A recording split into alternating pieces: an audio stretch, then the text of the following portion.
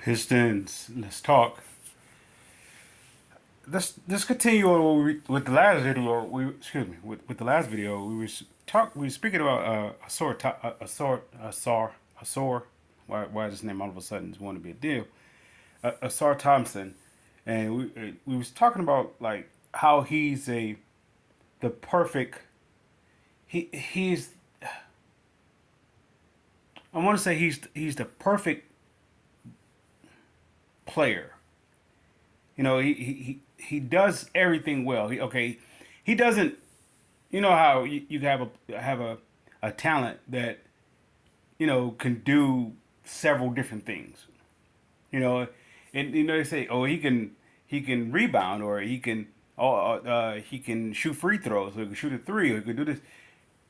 But it's very rare that you hear them say with that assessment that the player can do everything that he does equally well, if not to the point of well to good, almost to the point of getting, if you work at it, that next level would be dominant at it. Asura Thompson does everything well on both sides of the ball. Once again, I imagine somebody going to say, "What about his offensive game?" From, I guess you could say, the perimeter or so forth, or I, okay, that if a player, let's say, if a player evaluation or a successful evaluation is based off of their offense, I almost want to say you're cheating the game as well as you're cheating the player. Uh, Anybody can be selfish, and want to be overly aggressive at shooting the ball. Some are, the good ones are not as aggressive. They take their quality shots and they're sufficient at it. This is what makes the individuals like what comes to mind. Of course, Steph Curry, and then you have guys like Ray Allen, Glenn Rice, who is perimeter players, who has a career of being a perimeter player, yet they didn't have a lot of high volume shots, and it was very efficient for what they did. It compares to, of course, you could say compares to today's game, today's standard. Anybody that wants to be aggressive, that actually attitude approach. There's always been, a player in every generation. Excuse me. There's always been a player in every generation that has stacked piles of shots. All right, and but then you get to that player that is arrogantly aggressive. This is where you get to the likes of Michael Jordan, Kobe Bryant. They are arrogantly aggressive. Now, people say they are good at what they do, but look at what they have to. Don't get me wrong. They play good defense, solid defense, like yada yada yada. We speak about them offensively. They're arrogantly aggressive offensively, where it takes a lot for them to defer to their teammates. Yet they want their teammates to execute enough to put them in position to score the basket. And that's where I could care less. Well, anyway, with pushing all that aside, I say that to say Asar Thompson is like the guy who I'm least concerned about offense. Somebody may say, well, the Pistons don't really have that. I guess you could say that offensive powerhouse to take the foot off the gas with Asar. Not being offensively, you know, you know, aggressive. I believe that he can do it if well, let's say it this way. If the Pistons with the going to work crew got by with Michael Curry and Tayshaun offensively, because they predominantly was known for what they needed them for the most was defensively. So I've taken too much of a shot towards Tayshaun because it could have been asked of him to take a step back offensively, that he focused more on defensively. I don't know how that goes. Nonetheless, if if they can get by with those two players, well, Michael Curry was able to get 50 wins, I believe twice. If I'm not mistaken, I believe twice.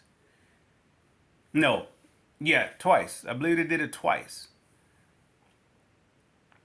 And then Tayshaun took over.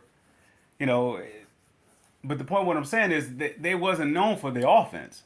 So, but going back to Asur Thompson is the perfect player.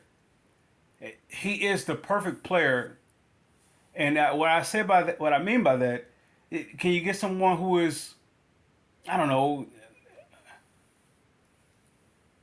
a spotlight guy? You know, a guy that is I don't want to say the premier talent. You can get that, but can you get someone who's groomed? That is just that's efficient. Like look how young he is, and look how groomed he is. He's young and he's groomed, so that grooming can actually expand. It can expand. This is why you can see superstardom around him because he's groomed at a young age. This is why some people may take the likes of that towards, a Derwin as well as a Kate. They're groomed at a young age. That the rough around the edges, the game slows down for them, so that they could take the next step if they work at it. Of course, barring injuries or etc. They work at it. They could be a superstar in like a blink of an eye. I would take the Pistons' young core over anybody else because of that reason. Now, all the other young talent is flashy, but I'll take substance. I'll take a balancement of just being groomed and being efficient versus flash. Houston, their young core is flashy. Orlando, New Orleans, Toronto, any I'm gonna say Toronto, but any group that is out there that is the young core that's coming up, the OKC, they're flashy. They're flashy. So you can implode with that because it's only so much time before the ego steps in for a flashy roster. That's what made okay. LA. If I were to go back to the heydays with the '80s, the Los Angeles Lakers. The reason why they worked is because they forgive me. The reason why they worked as a flashy team was because the head guy was very unselfish. Showtime is a flashy statement. That's a flashy, forgive me, a flashy way to approach the game. Very flashy. Nonetheless, the head of the guy, head of the team. Of course, you could say Kareem was the head of the guy. Why I keep saying head of the guy? Of course, you could say Kareem was the head of the team. Magic made him run. Yeah, he was very unselfish. It's one thing. It's one thing to have an unselfish, flashy leader, and it's another thing to have a selfish, flashy leader. And I want to say all those the Houston Rockets, OKC, all the young core that's ranked higher than the Pistons. I understand why people rank them higher than the Pistons, but nonetheless, I would take the groomed substance, the less flash approach, than I would take any one of the young core. That's why I would say the Pistons young core is better. And it starts with Troy Weaver and the staff and their evaluation. And of course, the player is the player. Nonetheless, the general manager and the staff, scouted whatever, and they selected those players. But each one of the players that they brought in here, nobody's here flashy. Nobody's here. The closer you get to flash, I would say is Jaden Ivey. Jaden Ivey is the closest you're going to get to flash. Just a flashy guy. And even with that, his game is not, it's being pulled back in, it's been railed back in. Where it's not he's not allowing his game to be of that flashy nature where it's about him. When he first came in the league, they put the Westbrook, John Morant comparison. Those two guys are flashy. Now, see, okay, that makes my point. Okay, both of those guys are flashy. Westbrook can, stockpile the stats and everything, but he can't win. John Morant is the same thing. Can't win. It's only so much room for the ego before. I mean, for the forgive me. It's almost so much time before the ego kicks in, and once it kicks in, it tears down everything that possibly can be.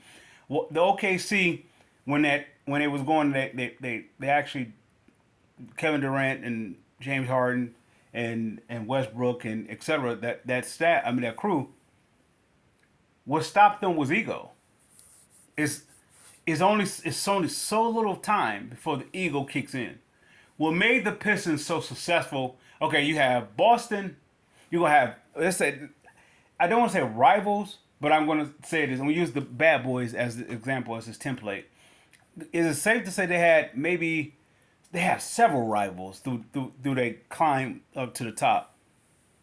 But we're gonna pick out the four noticeable ones. Of course, you have Chicago. You have Boston. You have the Lakers. And before you get to Chicago, I want to say it was Atlanta, maybe around there, or maybe Milwaukee, one of the two. Nonetheless, well, I shouldn't say four. I should say three. But let's focus on Chicago, Boston, LA. We know their team leader. We know who the guy is for each one of those teams.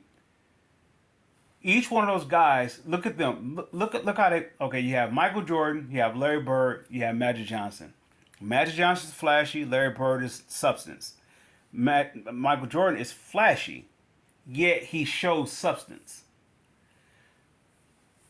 What made what? How was Isaiah able to beat all of them? Isaiah was somewhat flash, somewhat substance. When he played against Boston, he has to be more substance than flash. When he played against the Lakers, he has to be a little bit more flashy than he could be against, I guess you could get away with going against the likes of going against Chicago. But he had to be more sound. So when it comes to the Bulls, you could just bully them. It was a different focus. What I'm saying by that is there was little ego with that Bad Boys team. And you could also, throw it over there to the Going to Work crew. And I put that towards this Piston team that's currently being assembled. There's very little room, you can see it. This is why Troy Reaver, what is going on with this tongue twisting? This is why Troy Weaver went ahead to say he'll put up his locker room towards anybody else, is because of that reason. This locker room is sound. It's sound. I'll take a sound roster than a flashy, talented one. Yeah, they can do all the ahs and oohs and everything else. Yeah, but it's only so little time before the ego kicks over and takes over that flashy team. With that said, Piston fans, I salute.